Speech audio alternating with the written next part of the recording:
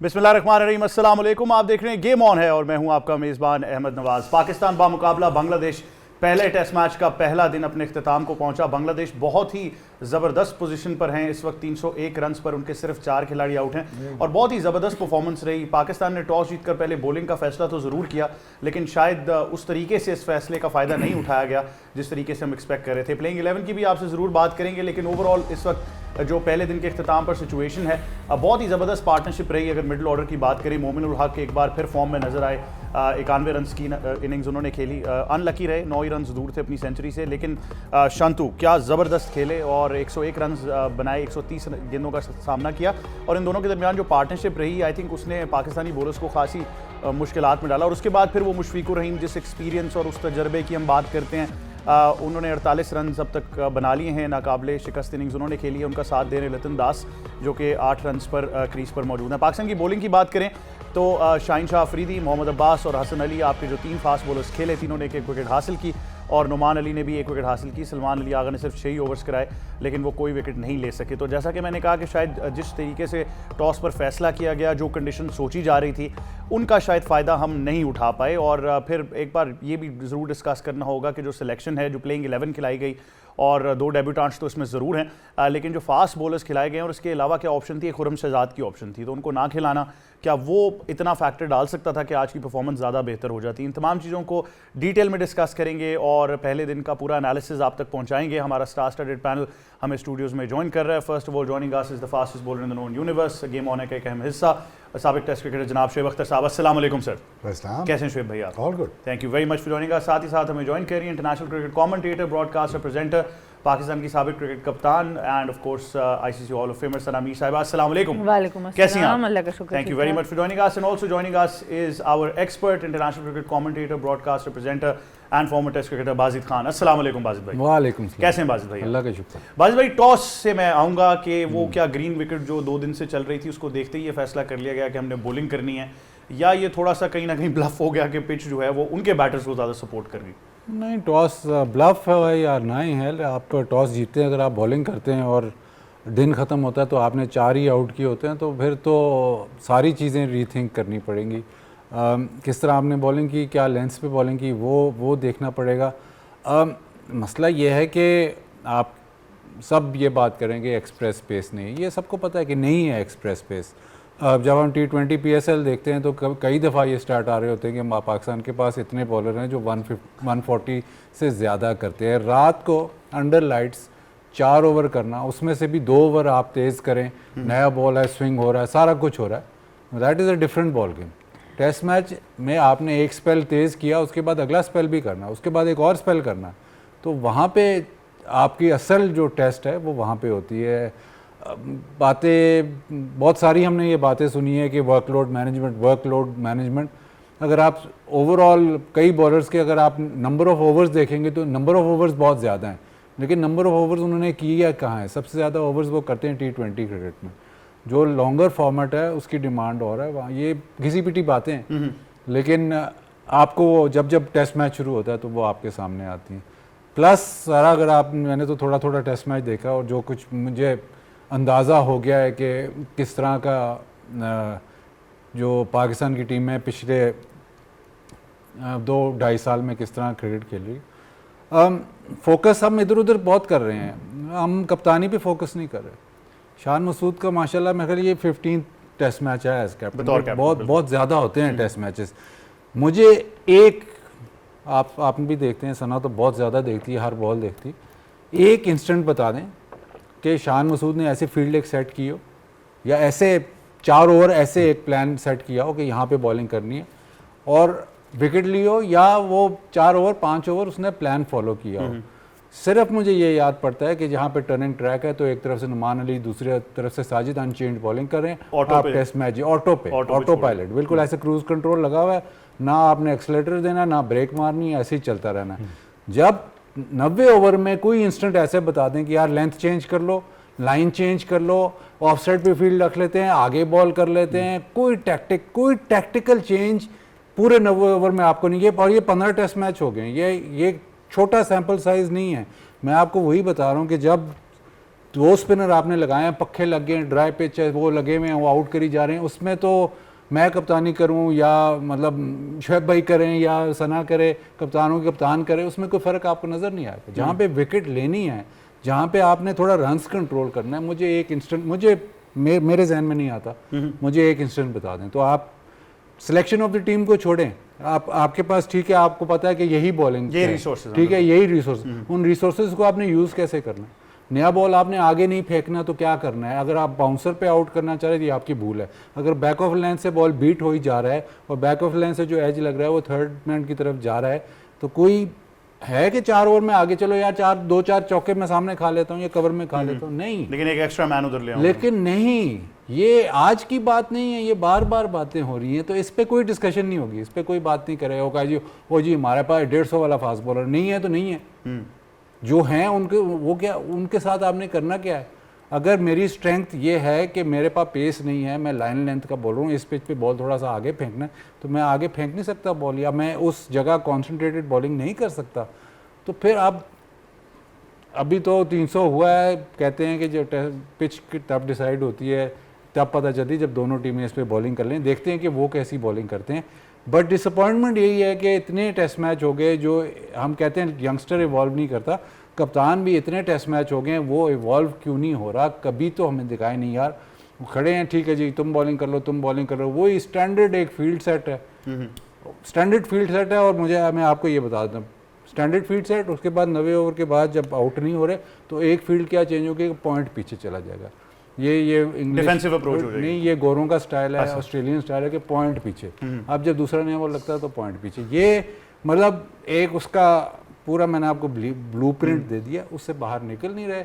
अगर आपने नहीं निकलना तो एक ही गड्ढा खोलोगे तो रिजल्ट तो फिर वही आएगा, बिल्कुल। बट ये इस पे हमने पहले भी, मुझे याद है काफ़ी प्लेटफॉर्म्स पे बात होती रही है, सना मीर के थिंक टैंक भी नहीं आया, आपने भी कहा था कि शान मसूद की सिनर्जी सरफराज के साथ, मतलब ना कोई बाहर से मैसेज आया, ना वो जिस तरह वो कह रहे हैं कि बिल्कुल एक ही अप्रोच थी कि आउट हो जाएं तो हो जाएं, नहीं होते तो फिर चलता रहे जैसे चल रहा है। देखिए पहला दिन बिल्कुल ही अगेंस्ट आपके चला गया। एक तो फील्डिंग स्टैंडर्ड्स का भी जिक्र ज़रूर करना पड़ेगा। टेस्ट मैचेस में स्लिप फील्डिंग एक बहुत स्पेशलाइज जगह है, वो भी हमने शुरू में कैच ड्रॉप हुए, फिर बाकी कवर्स और बाकी जगह से भी हमें नज़र आया कि एक जो सिनर्जी की आप बात करें, आपके सारी चीज़ों को ठीक होना चाहिए, कप्तानी से लेके टीम सिलेक्शन से लेके। अब ठीक है, कप्तानी वाला एलिमेंट भी जो बाजिद भाई कह रहे हैं वो बात भी बहुत सही है, लेकिन आपने टीम भी तो सिलेक्ट करनी है। जिस दिन टीम सिलेक्ट हुई है उसी दिन से हम ये बात करें कि आपके पास 150 का बॉलर, 140 का कोई बॉलर नहीं है, आप ऐड तो करें ना, किसी को लेके तो जाए। आकिफ जावेद 140 145 करते हैं, टच करते हैं। खुरम शहजाद आपके पास बैठे हैं, वो इंजर्ड हुए थे तो बाहर हुए थे, उनको आप खिला सकते थे इस मैच के अंदर। अली रज़ा की कल शोएब भाई ने बात की, ठीक है वो अभी बहुत नया है, वो इंजरी से आ रहे हैं तो वो समझ आता है कि शायद उनको अभी सेव किया जा रहा है कि मे बी दोबारा इंजरी ना हो जाए। बट आपके सिस्टम के अंदर ऐसे बॉलर जो बड़े देर से, मुझे नहीं पता अरशद इकबाल को क्योंकि हमने नहीं देखा अभी, PSL में भी उनको मौका नहीं मिला, वो भी ठीक तगड़ी पेस से बॉल कर सकते हैं। तो इन बॉलर्स को कहीं तो आप यूज़ करें, उनको इस्तेमाल ये करें। फर्स्ट क्लास सीजन मूसा का भी बहुत अच्छा गया, तो और बहुत सी ऑप्शंस हैं आपके कल शोएब भाई ने बात की थी कि मुश्किल होगा बांग्लादेश में जाके करना, तो अभी तो आपकी बैटिंग बाकी है। 7 लेफ्ट हैंडर्स आपने खिलाए हुए हैं, उनके पास मेहदी हसन है, वो शायद एक एंड से वो भी 30 ओवर कर सकते हैं। और जो बहुत बड़ा डिफरेंस आएगा वो उनकी फास्ट बॉलिंग का तो आएगा, आपके पास पेस से तो फ़र्क बहुत ज़्यादा पड़ेगा इस पिच के ऊपर। और दूसरा अब चौथी बारी भी आपको करनी पड़ेगी, तो not the start of the series जो आप देखना चाहेंगे। तो अगेन आपको देखना पड़ेगा कि आप अपने जो आप वर्कलोड मैनेजमेंट की हम अक्सर बात करते हैं, जैसे बाजिद भाई ने बात की, कप्तानी को भी आपको देखना पड़ेगा। लेकिन सिलेक्शन के टाइम क्यों नहीं आपका कोई भी 140 से 140 प्लस का बॉलर कोई रेडी था इस टेस्ट मैच के लिए? ये भी तो सिस्टम का फेलियर है। वो ऐसे मुल्क से जहाँ से शोएब अख्तर भी निकलता है, जहाँ से वकार यूनुस भी निकलते हैं, जहाँ से वसीम अकरम भी निकलते हैं, और इससे बड़े बड़े हमने पेस के हिसाब से बॉलर्स देखें, तो क्यों नहीं हमारे पास एक टेस्ट सीरीज़ के लिए, जहां हम टेस्ट खेल ही नहीं रहे, क्यों नहीं हमारे पास इधर रेडी है कि हम 140-145 का बॉलर इस टीम में डालते? तो इसके ऊपर ज़रूर हमें सोचना पड़ेगा। सिलेक्शन कमेटी में फास्ट बॉलर डाल लें कोई, शायद उससे कोई देखने का अंदाज या सोचने का अंदाज बदल जाए। लेकिन ये भी उम्मीद ही लगाई जा सकती है। शोएब भाई आपने तो खैर कल ही कह दिया था आई हैव माई डाउट्स, तो वो एक स्टेटमेंट मेरे दिमाग में चल रही थी, लेकिन 59 ओवर्स आज ही आपने अपने 3 ही फास्ट बॉलर्स उनसे करा दिए, तो अब उनसे आगे मैच में क्या करवाना है ये तो वक्त ही बताएगा। देखो, I totally disagree with my fellow partners. मतलब जो बाजीद ने स्टोरी खींची है पूरी, I don't agree with him. जो इसने कहा, I don't agree with him. भाई वो अपनी बेस्ट दे रहे हैं, ये उनका बेस्ट है, तो नॉलेज ऑफ द गेम, इसके ऊपर उनको डाउट करना ये ज्यादती है। यहाँ बैठ के भाई ग्रीन टॉप पे एक आधा फास्ट बॉल नहीं डालना चाहिए, टॉस जीत के 14 फास्ट बॉल ऐड नहीं करना चाहिए। They are right, they are wrong. ये जहाँ बैठ के क्रिटिसाइज कर रहे हैं, 15 टेस्ट मैच है, ये टेस्ट मैच इतने टेस्ट मैच ज़्यादा सैंपल साइज छोटा है, अभी 30 होने चाहिए। 30 के बाद विल जज him, it's very simple is that. और बाकी ये है कि अब्बास 90, मैंने ख्याल 1975 में नाम सुना था, सॉरी अभी क्यों सुना था, कहाँ से आ गए, कहाँ आ गए। वो अली रजा है ना, वो शहजाद है ना, वो दूसरा लड़का है ना, बैठा खुरम शहजाद बैठा हुआ बाहर, बैठा हुआ ना, तो खिला दो, कोई नहीं। बट जितनी उनकी एबिलिटी है ना, वो उस पर वो अपना पूरा उतर रहे हैं, वो they are trying their best. उनका बेस्ट यही है, सुन, बिल्कुल सुन बैठे हैं, कप्तान सुन, मैनेजमेंट सुन। इसकी वजह पूछ क्यों है? हाँ, क्यों? मैं तो ये पूछूं मुतमईन क्यों है वो, मैं बताऊं, जो उनको लाया उनको भी नहीं पता कि करना क्या है। अच्छा, इसकी वजह पूछ क्यों? टेस्ट क्रिकेट इनकी प्रायोरिटाइजेशन में है ही नहीं, समझ रहे बिल्कुल हो? सही। क्योंकि इससे पैसे नहीं बनते। इसने खेलने होते टोटल 8 टेस्ट मैच साल में, जो भी रलू का खिलाना खिला दो, क्या फर्क पड़ता है? चलाई जाओ बस, चलाई जाओ, क्या मसला है? फर्क नहीं पड़ता। तो देखें, इतना दिमाग बाजीद ने लगाया, ये किया वो किया, यार क्यों एनर्जी वेस्ट कर रहा है?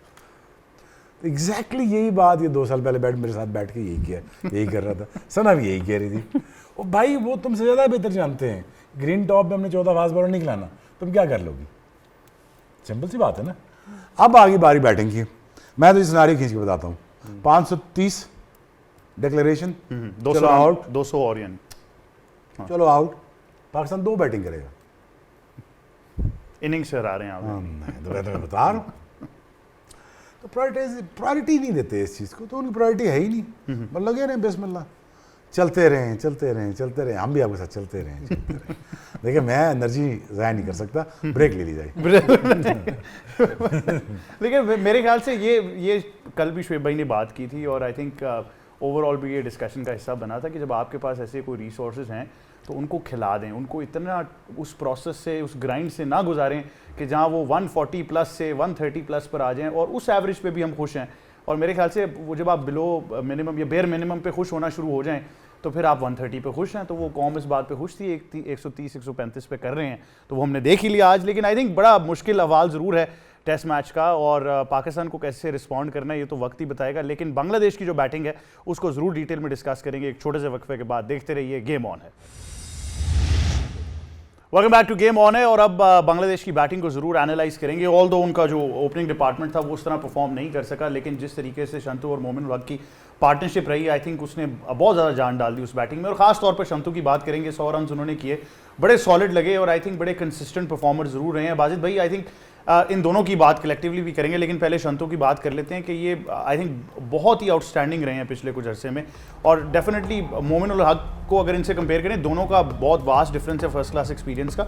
मोमिन उल हक ज़्यादा एक्सपीरियंस थे, but I think Shanto has really justified his selection. खेलने का तरीका भी दोनों का डिफरेंट है। मोमिन उल आप बारी लेगा, वो पूरा ग्राइंड करता है, लेकिन शंतो आपको बॉलिंग करने नहीं देता, वो तेज़ रन्स बनाता है। देखें आप इसके शॉट से अंदाज़ा लगाएं कि ये कोशिश कर रहा होता है कि मुझे बाउंड्री बॉल मिले और मैं बाउंड्री लगाऊं और प्रेशर वापस बॉलर्स पे ही रखूं। तो वो फॉर्म में है। मेरे ख्याल पिछले 1-2 टेस्ट मैचेस में इसके एक मैच में तो शायद 2 सेंचुरी हैं। तो वो आपको नज़र आ रहा है कि एक प्लेयर जो बैटर स्पेशली जो कि इस फॉर्मेट में बिल्कुल फॉर्म में है, भी इस कीपर ऊपर था, इसने अब्बास को सामने छक्का मार दिया। तो उससे ये आपको अंदाज़ा है कि वो ऐसा प्लेयर है कि वो हर वक्त ये सोच रहा है कि मैं बॉलर पे कैसे हावी रहूं। और इस तरह जो कॉम्बिनेशन जो थी ना वो बहुत ही ज़बरदस्त थी। हम बॉलिंग कॉम्बिनेशंस की बात करते हैं कि डिफरेंट कॉम्बिनेशन, हर बॉलर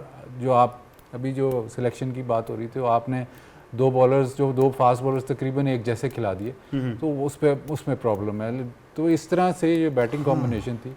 एक जो है वो बारी लेगा, वो जैसी भी सिचुएशन होगी, जो भी पिच होगी, वो ग्राइंड करेगा। एक ऐसा है कि जो जब जैसी उसको मौका मिलेगा वो रन्स बनाएगा। तो वो कॉम्बिनेशन इतनी अच्छी थी कि उस वजह से इतने सक्सेसफुल रहे। अच्छा, इनकी कप्तानी को लेकर भी बहुत बातें चलती, तो आई थिंक इनके लिए भी ये ज़रूरी था शायद कि वो उसको प्रॉपरली जस्टिफाई कर रहे हैं चंद।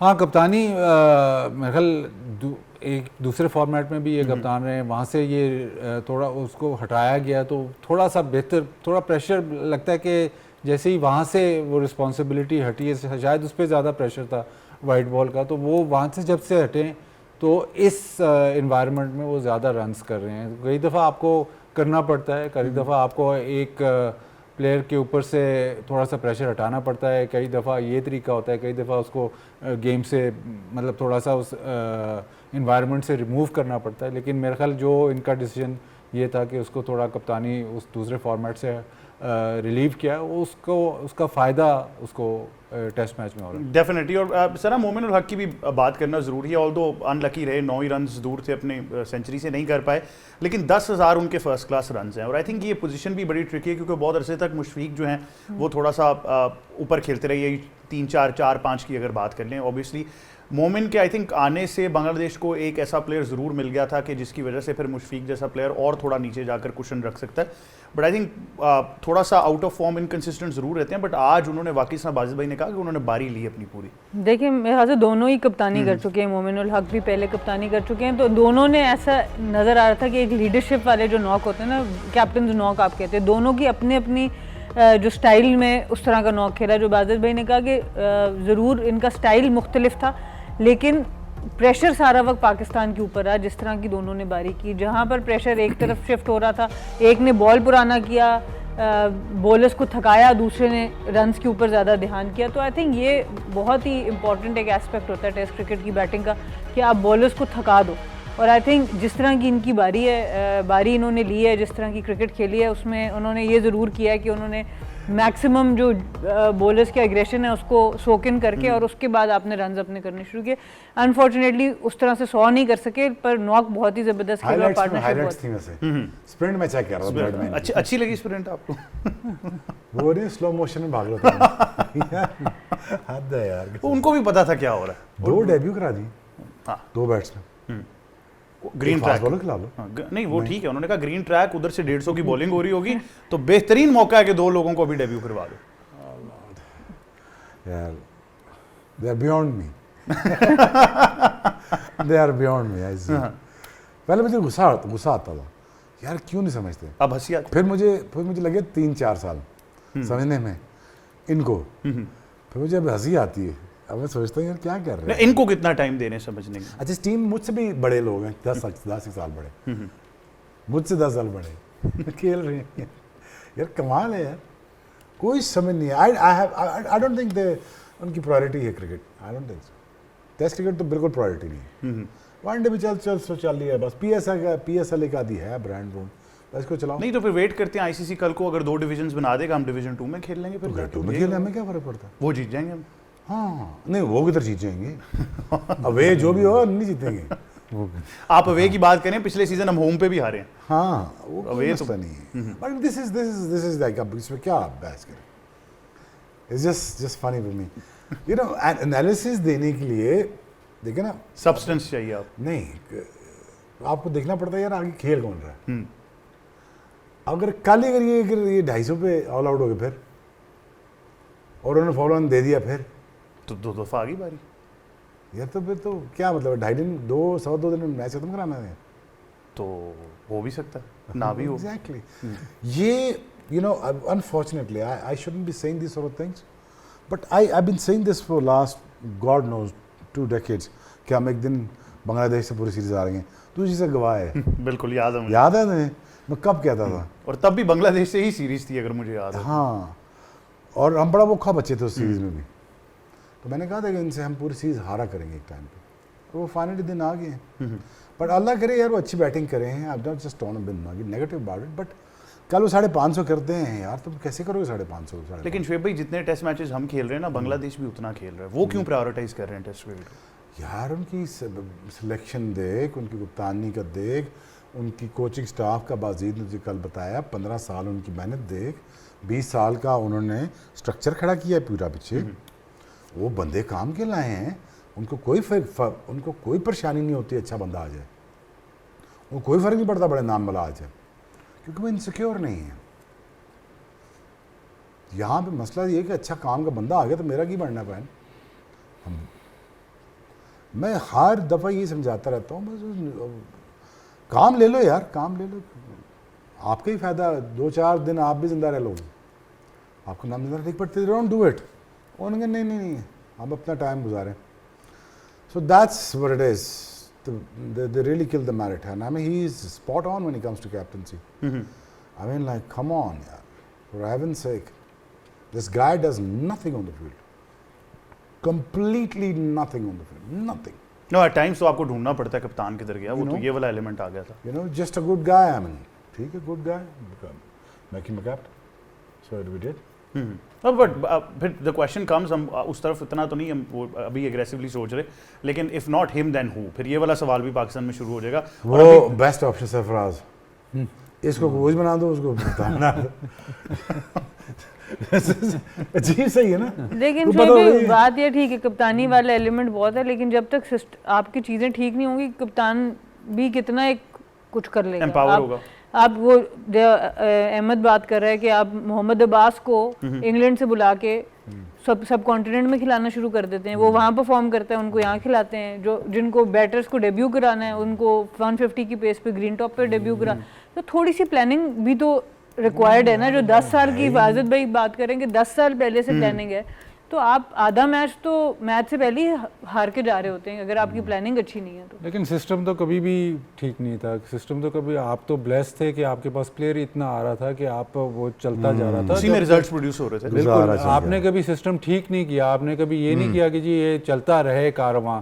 वो तो आपकी सिचुएशन ऐसे बनी कि 70s में जाके जब ये बहुत सारे प्लेयर्स 60-70s में काउंटी क्रिकेट खेले, वहाँ से वही लॉट लेके पाकिस्तान टीम में आए, उन्होंने वही कल्चर डेवलप किया।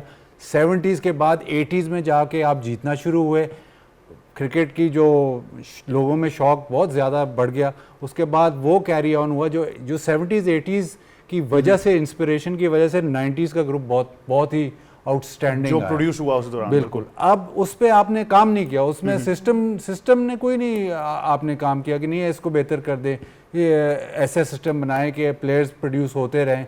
अप्स एंड डाउन्स तो आती है हर टीम में, लेकिन प्लेयर प्रोड्यूस होते रहें।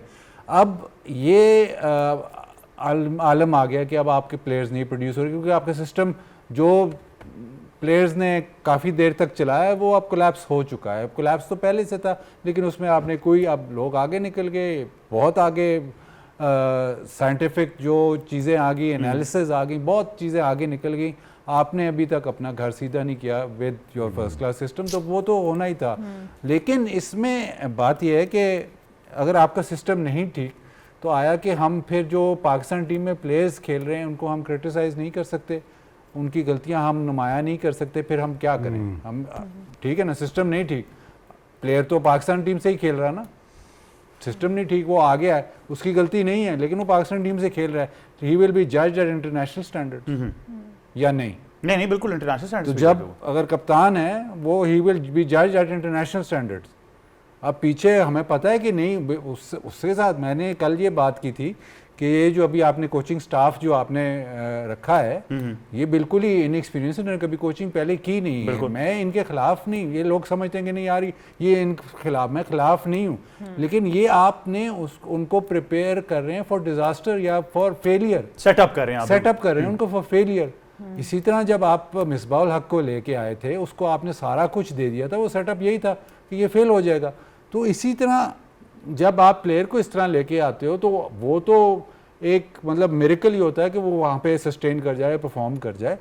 But the fact of the matter is कि आप इंटरनेशनल क्रिकेट खेल रहे हो, इंटरनेशनल टेस्ट मैच होता है, सारी दुनिया देखती है, आपको फिर जज इंटरनेशनल लेवल से ही करना पड़ता है। ये अब आप ये बात माने या ना माने, कि आपका सिस्टम कोलैप्स हो गया, वो तो एक अलहदा टॉपिक है। आप दोनों चीज़ों को इकट्ठा क्रिटिसाइज़ कर सकते हैं, दोनों चीज़ों के फेलियर्स पॉइंट आउट कर सकते हैं। इंटरनेशनल क्रिकेट आप खेलेंगे तो उसमें अगर आप नहीं उस तरह से परफॉर्म करेंगे तो फिर बात होगी। ये मैं नहीं सिर्फ कह रहा, ये आप ट्विटर खोल लें, सोशल मीडिया, हर बंदा बिल्कुल आप बंदे की वॉइस है ना, तो आप क्रिटिसाइज होंगे। बट अगर आपने उस पर काम नहीं करना और उसी तरह चलते रहे, जो रिपीट ऑफेंस अगर रिपीट आप करते रहे ना, तो वो है असल क्रिमिनल। लेकिन आपने कहा कि दो, मैं ये सवाल पूछना इसलिए भी जरूरी है कि आपने कहा कि दो सिमिलर फास्ट बॉलर्स हमने खिलाए। आई एम सॉरी टू से दिस, लेकिन कमेंट्री में भी यही सुनने को मिला कि एट टाइम्स तो तीनों ही सिमिलर लग रहे थे, तो वो ये भी कहा गया कि तीनों ही मीडियम बॉलर्स हो गए। बट द पॉइंट इज, अभी शोएब भाई ने ब्रांड की बात की ना, पीएसएल की ब्रांड की। जब पीएसएल होता है ना तो सारी दुनिया, सारा ट्विटर, बल्कि बाहर के लोग भी कहने लग जाते हैं पाकिस्तान में फास्ट बॉलिंग बहुत है, बहुत तेज बॉलर आ रहे हैं, बहुत ही आउटस्टैंडिंग बॉलिंग। आउटस्टैंडिंग बॉलिंग क्यों है? क्योंकि 4 ओवर का स्पेल है, लिमिटेड स्पेल है, उसमें 2 ओवर आपके अच्छे हो गए तो आप आउटस्टैंडिंग हो गए। लेकिन उसमें एक एक्सेप्शन है, अली रजा ने वही फर्स्ट क्लास में भी अच्छा, ठीक है, मान लिया एक एक्सेप्शनल है ना। अगर 5 साल पहले एक स्टैट चला था, मजर हमारे स्टैट में, वो भी हमें, ये नंबर्स वाले भी हमें गुमराह करते हैं, उन्होंने स्टैट चलाया था 140 प्लस, तो 10 बॉलर थे, 10 बॉलर किधर गए? जब आप कंसिस्टेंटली, जब आपने 4 ओवर 140 प्लस करके दिखाओ, और आपको पता है कि अगला स्पेल भी करना है, और आपको पता है शाम का भी स्पेल करना है, किधर से होता है? 10 आज जो दिखा रहे थे, तो पीएसएल के शाहीन के जो स्पीड थी और इस मैच के 10 से 15 किलोमीटर का फर्क था। क्यों? फॉर्मेट डिफरेंट है ना, चैलेंज डिफरेंट है। शोएब अख्तर जब 10 ओवर करता था तो, और फिर टेस्ट मैच खेलता था, तो उसमें स्पीड की कमी होती थी, 10 किलोमीटर की कमी होती थी। ब्रेट ली जब टेस्ट मैच खेलता था या वनडे खेलता था, उसमें 10 किलोमीटर की कमी होती थी। इवन जोफ्रा आर्चर जब खेलता है उसमें 10 किलोमीटर की कमी होती है। नहीं, तो दैट्स द क्वेश्चन कि अब इतना क्या बदल गया टाइम्स कि अगर बदल गया, शोएब भाई उस दौरान फर्स्ट सेशन में भी वही पेस से बॉलिंग कर रहे हैं जो चौथे सेशन में। अभी शो से पहले सेगमेंट में मैंने आपको ये बताया है कि जब आप इनकी निकालते हो ना वर्कलोड हिस्ट्री, इस बॉलर ने इतने ओवर किए हैं, उसमें आप देख लें कि T20 के कितने ओवर हैं और लंबी क्रिकेट कितने ओवर हैं, आपको पता चल जाएगा कि क्या हुआ क्या है। स्पिनर्स आपके फर्स्ट क्लास में उनके ओवर्स नहीं है, T20 में ज़्यादा है। तो जब आपने अपनी बॉडी को T20 के लिए ही प्रिपेयर करना है, तो फिर फ़ौरन जाके टेस्ट मैच में बॉलिंग, और वो भी अगर 2 दिन और भी दी लगी, 1 दिन और भी दी लगी, तो क्या होगा?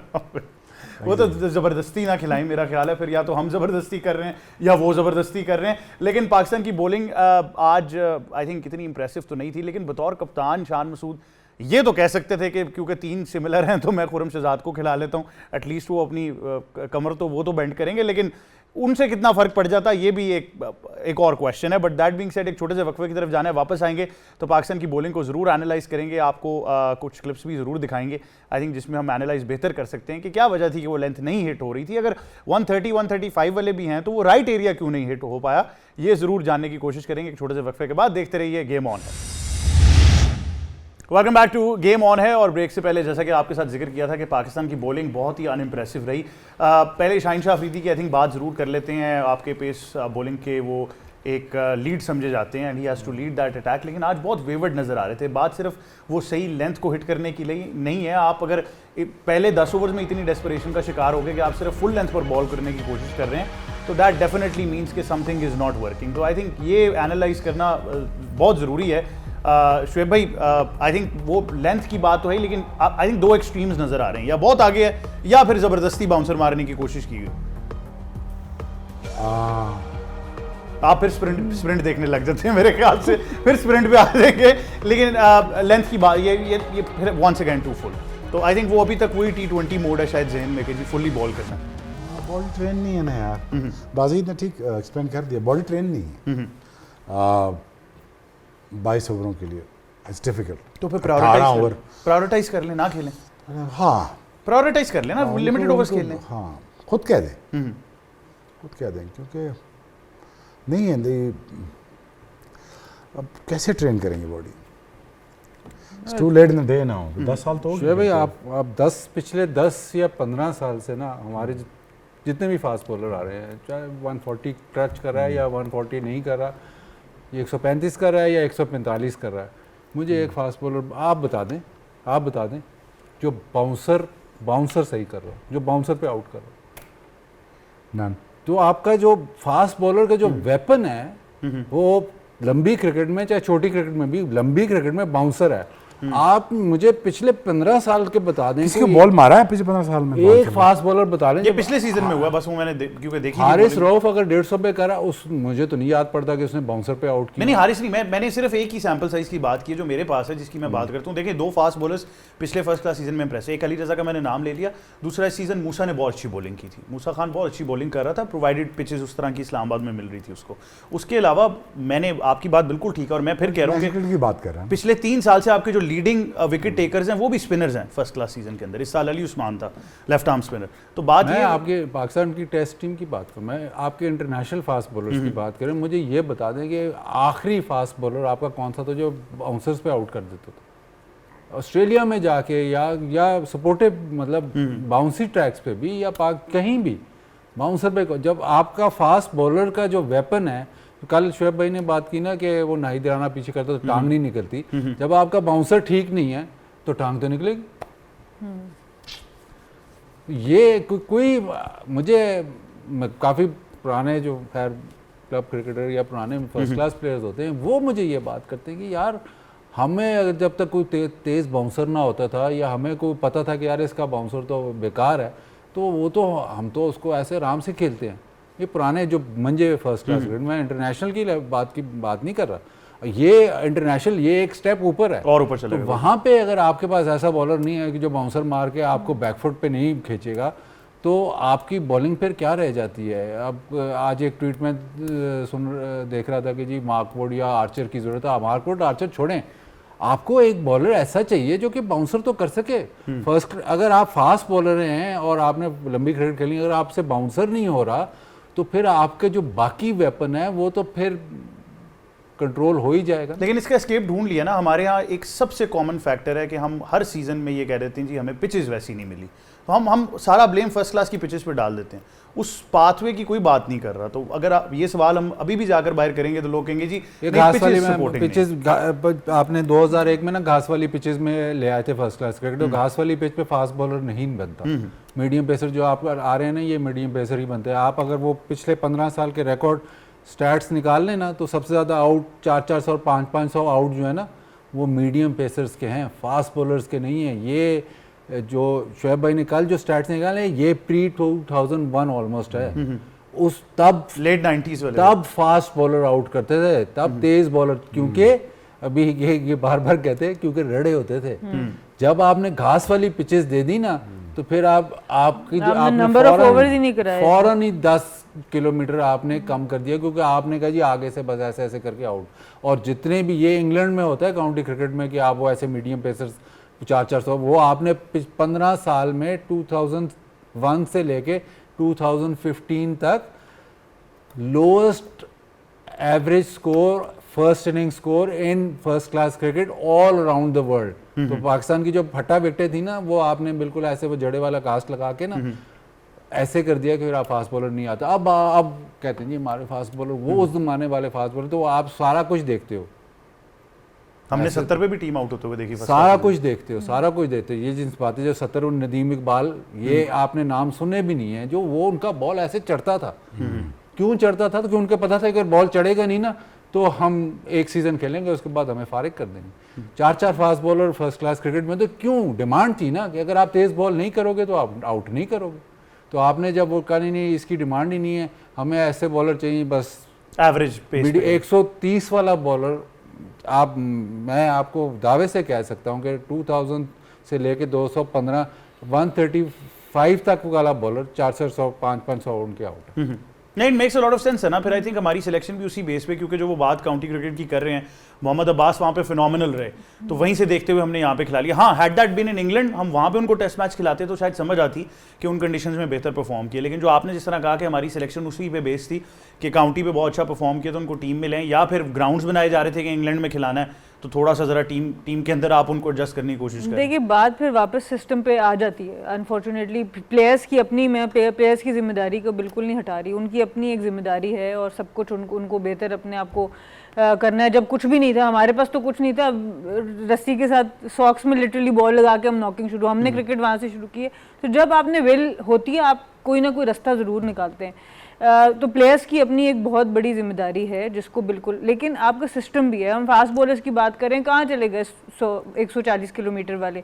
आपकी सिलेक्शन में कंसिस्टेंसी नहीं है, चाहे वो T20 हो चाहे वनडे हो, उसमें कंसिस्टेंसी नहीं है। England test, West Indies test, पहले आप टेस्ट मैच कम खेलते हो, आपने बिल्कुल स्पिन ट्रैक्स बना दिए, फास्ट बॉलर्स को उधर इस्तेमाल ही नहीं किया, वो बेंच पे ही बैठे रहे, जो 2-4 फास्ट बॉलर थे उनको आपने वैसे ही नहीं खिलाया। आहिस्ता आहिस्ता रुख बदलना शुरू कर देते हैं प्लेयर्स भी। और जो दूसरी बात बाजिद भाई ने की कि क्वालिटी बॉलिंग जो है, मैं आपको बताऊं, जिस वक्त मैंने अंडरस्टैंडिंग कि मैंने नहीं खेली 2 डे क्रिकेट 4 डे क्रिकेट, हम लोगों के टाइम पे नहीं था, हमने थोड़ा अरसा जब हमारा बाहर से कोच आए माकोज, उन्होंने थोड़ा सा इंट्रोड्यूस कराया, और उसके अलावा कबीर खान जब हमारे कोच बने तो उन्होंने हमें दिन में 20-20 25-25 ओवर कराने शुरू किए before the one day world cup. उस वक्त मैं वर्ल्ड नंबर 1 हुई अपनी बॉलिंग के साथ। तब मुझे ये रियलाइज़ हुआ कि 10 ओवर की क्रिकेट के लिए कम से कम रोज़ के 20 से 25 ओवर कराऊंगी तो मेरे 10 ओवर की, क्योंकि उससे पहले मैंने लॉन्गर फॉर्मेट खेला नहीं था एज ए प्लेयर, मुझे उस चीज़ का टेस्ट ही नहीं था, मुझे पता ही नहीं था। बट मुझे तब ये रियलाइज़ हुआ कि 10 ओवर एक्सीलेंस पे कराने के लिए, अगर आपने वर्ल्ड नंबर 1 होना है, आपको एक्सीलेंस पे टच करना, आपके 6 के 6 बॉल अच्छे होने चाहिए, उसके लिए 20 से 25 ओवर एवरी डे आप कराएंगे तो आप वहाँ पे पहुँचेंगे। तो ये जितने बॉलर्स हैं सवाए अब्बास की जिनकी कंडीशन पे वो वहाँ खेलते हैं, हसन अली भी हमेशा परफॉर्म करके वापस आते हैं, मैं उनको भी एज ए प्लेयर बहुत रिस्पेक्ट करती हूँ, लेकिन शाहीन को कहाँ मौका मिलता है कि वो इतनी ज़्यादा बॉलिंग करें। वो T20 फॉर्मेट, वनडे फॉर्मेट ज़्यादा खेलते हैं। उसके अलावा जो बाकी हम बॉलर्स की बात करें 140 प्लस, सबकी जो प्रायोरिटी है वो T20 और वनडे क्रिकेट। मैं यही कहने लगा था कि एक पर्सनल प्रायोरिटी भी तो होती है। तो अगर ऐसा है तो फिर देखिए, मैं फिर यही कह रहा हूँ कि because I want them to play, कि वो अपना लिमिटेड ओवर्स का जो करियर है उसको एट स्टेक ना डालें, फिर वो प्रायोरिटाइज कर लेना, प्रायोरिटाइज कर लेंगे। आपको टेस्ट क्रिकेट को लुक्रेटिव बनाना पड़ेगा। आप ऐसा तो बनाएंगे जो खाली टेस्ट मैच खेल रहा है और जो खाली लॉन्गर फॉर्मेट डोमेस्टिक में खेल रहा है उसको आप इतना सेट करें कि फिर कुछ वहाँ पे भी तो कमिटमेंट हो। स्टार्क और कितने लोगों ने अब जाके डोमेस्टिक लीग्स खेलनी शुरू की हैं, क्योंकि उनके कॉन्ट्रैक्ट इतने ज़्यादा थे, उनको परवाह ही नहीं थी लीग क्रिकेट 10 साल खेलने की। सो फिर आपको इस तरह से प्रायोरिटाइज करना पड़ेगा। वो अनफॉर्चुनेटली पैसा कैसे आप उसको मूव करेंगे टूवर्ड्स लॉन्गर फॉर्मेट, क्योंकि सबके पास एक टाइम है 10 साल का 12 साल का प्लेयर्स के पास। जब आप उनकी पॉइंट ऑफ व्यू से देखेंगे तो वो तो कहेंगे कि भाई हम वो फॉर्मेट खेलें जिसमें हम ज़्यादा लुक्रेटिव हमारे लिए है। सो आई थिंक ये सिस्टम को कहीं ना कहीं ट्वीक होना है अगर हमें टेस्ट क्रिकेट में रेलिवेंट रहना है। अगर इस तरह से ही चलता रहा तो आहिस्ता आहिस्ता हमारी रेलिवेंस टेस्ट क्रिकेट में बड़ी कम हो जाएगी। लेकिन वो व्हाट सरप्राइजिंग इज कि फिर आके ये कहना कि जी हम भी चाहते हैं हम चैंपियनशिप का फाइनल खेलें। उन्होंने भी कल कहा था कि प्रेस कॉन्फ्रेंसेस में ये बातें अच्छी लगती हैं। कम्युनिकेशन तो स्ट्रेंथ है ना फिर। ना बिल्कुल कम्युनिकेशन, मतलब इतनी कम्युनिकेशन कि आप कप्तान को ये नहीं कह सकते जाके कि मुझे फील्ड ये चाहिए। तो मतलब वो कप्तान को तो हम क्रिटिसाइज कर ही रहे हैं, मेरे ख्याल से बॉलर भी फील्ड मांग सकता था। But is money the only solution Shoaib भाई? क्या मतलब इतना लुक्रेटिव बना दें टेस्ट क्रिकेट को तो हालात बेहतर हो जाएंगे? हाँ, ये मैंने सेशन दी थी ICC को, $1,00,000 पर गेम। व्हाट? मैंने कहा ऐसे लुक्रेटिव बनेगी। तो अगर आप चाहते हैं कि वो लड़के वो टैलेंट दोबारा फ्लो बैक करे तो that is the only option. I think out of equity अगर $1 बिलियन में $6 बिलियन में से अगर $1 बिलियन या $500 मिलियन या $400 मिलियन भी लग जाए और ये able to save the game, I think सौदा महंगा नहीं था। उन्होंने कहा नहीं, हमने पैसे बचाने क्रिकेट नहीं। फाइन, है भी आप तो ठीक है, फिर हम भी फिर यही वाला आर्गुमेंट दे। आप तो ऊपर देख रहे हो ना, आप टेस्ट क्रिकेट देख रहे हो। टेस्ट क्रिकेट कैसे मतलब उसमें लुक्रेटिव बनाया। लुक्रेटिव तो आपकी फर्स्ट क्लास क्रिकेट होनी चाहिए, और वो कैसे होगी? वो सारा प्लान दिया था, ऑलमोस्ट सारा डोमेस्टिक से लेके ऊपर तक करना। आप ये इन्होंने मिसाल दी, स्टार्क की मिसाल दी या एंडरसन और ब्रॉड की मिसाल दी। वो ठीक है, ECB या ACB उनका करता है, लेकिन उनकी स्टेट और उनकी काउंटी उनका ख्याल करती है। तो अगर आपके पास स्टेट और काउंटी या यहाँ पे आपकी सिटीज़ का कॉन्ट्रैक्ट हो तो फिर आप ये डेवलप कर सकते हैं। ये आप कह देना कि जी ये प्लेयर वाइट बॉल पिक कर लें, सारे प्लेयर वाइट बॉल पिक कर लेंगे, सारे T20 पिक कर लेंगे, क्योंकि वो फर्स्ट क्लास सीजन खेल के उनको क्या मिलेगा? कख भी नहीं। और वो क्रिकेट बोर्ड जो है, सेंट्रलाइज क्रिकेट बोर्ड, हर रीजन या हर वो उसको पैसे इतने दे ही नहीं सकता, पॉसिबल ही नहीं है कि वो इतना कुछ कर जाए। तो आप उसको सॉवरन करें, उसको कहें आप अपने पैसे बनाओ और प्लेयर्स को दो। ये किया था पीसीबी ने कि खुद नहीं किया, जनरेट करें, कभी भी marketing। नहीं सिटी क्रिकेट कभी एसोसिएशन कभी भी नहीं किया। पीसीबी ने 2001 से सेंट्रलाइज की हुई है। अगर इस्लामाबाद या पिंडी की टीम सेलेक्ट होनी है तो पीसीबी का ही कोच या सेलेक्टर, पीसीबी जो आपका कॉन्ट्रैक्ट होता है वो पीसीबी से होता है, किसी सिटी से नहीं होता। तो ये जब तक आप नहीं करेंगे तो कोई ग्रोथ नहीं है, हो ही नहीं सकती। जो पैसों की बात है वो भी नहीं आ सकती। लोग कहते हैं जी पैसे नहीं है, तो अभी जो ऑक्शन में इतने पैसे जो आ रहे थे वो कहाँ से आ रहे हैं? इवन जो टीम्स जिस पे बिकी हैं, टीम्स अच्छा टीम्स किसके नाम पे बिक रही हैं? सिटीज के नाम पे बिक रही है ना, तो पीसीबी के नाम से तो नहीं बिक रही, या मतलब वो सेंट्रलाइज्ड सिचुएशन पे नहीं बिक रही। मैं ये मिसाल कई दफ़ा मतलब आप कितनी दफ़ा दे चुका हूँ कि ABN AMRO के ज़माने में जब PSL अभी नहीं आई थी तो फैसलाबाद में एक बहुत बड़ी कंपनी के मालिक, तो उन्होंने कहा मैंने फैसलाबाद को मैंने स्पॉन्सर करना। उन्होंने कहा जी ठीक है कर लेंगे। तो वो गए, उन्होंने कहा जी आपकी PCB से मुलाकात। उन्होंने कहा PCB से क्यों? मैंने तो फैसलाबाद को स्पॉन्सर करना है। नहीं PCB के थ्रू आएगा पैसा। उन्होंने कहा मैंने नहीं करनी। तो आप जब तक वो उनको अपॉर्चुनिटी किसी को नहीं दोगे कि यार मैं अपने शहर को स्पॉन्सर कर लूँ या अपने शहर में पैसे, वो तो तब तक कुछ भी नहीं हो सकता। इसी तरह चलेगा, जो मर्जी आप कहते रहो ऊपर इतना पैसा डाल लो उधर पैसा, ना जब तक नीचे पैसा नहीं है, जब तक मुझे पता है कि मेरा इस्लामाबाद का कॉन्ट्रैक्ट जा रहा है, अगर मैं इसको मैं कहीं खेलने चला जाता हूँ ये मेरा कॉन्ट्रैक्ट चलेगा, तो फिर आप दोबारा सोचोगे कि यार ये मेरा 4 दिन का मैच नहीं छोड़ना। जब वो सोचते ना ये मेरा काउंटी का कॉन्ट्रैक्ट जा रहा है, वो तो जब 70 80 100 मैच खेल जाते हैं फिर वो सोचते हैं चलो जाने दो। लेकिन जब वो पहले शुरू में सोचते हैं कि यार ये मेरा कॉन्ट्रैक्ट जा रहा है, तो उनकी जान अड़ जाती है, क्योंकि उनको पता होता है कि लाइवलीहुड मेरी यही ब्रेड एंड बटर है। तो जब तक वो आप नहीं करोगे तो हम यही बातें करते रहेंगे इसको सेव कैसे करें। सेव आप नहीं कर सकते, ऊपर जितना मर्जी पैसा डालते हो आप सेव नहीं कर सकते। नहीं, लेकिन डिसेंट्रलाइज कितने अरसे से आप भी बात कर रहे हैं, हमने इस प्लेटफॉर्म से भी किया, नहीं होगी तो फिर ऐसे ही चलेगा। इसमें आप कह के प्लेयर्स तो पैसे ही नहीं मिल रहे। फर्स्ट क्लास क्रिकेट तो वो बस टाइम पूरा करने के लिए कि मेरा नाम चलता रहे, वो उसलिए खेलते हैं। जब प्रेशर पड़ता है कि जी फर्स्ट क्लास क्रिकेट इसने नहीं खेली, इससे इंटरनेशनल में परफॉर्म नहीं हो रही, तो फिर आके फर्स्ट क्लास क्रिकेट खेल रहे हैं, तो उसकी तो इंपॉर्टेंस ज़ीरो है, उसमें पैसे भी ज़ीरो, इंपॉर्टेंस भी ज़ीरो है।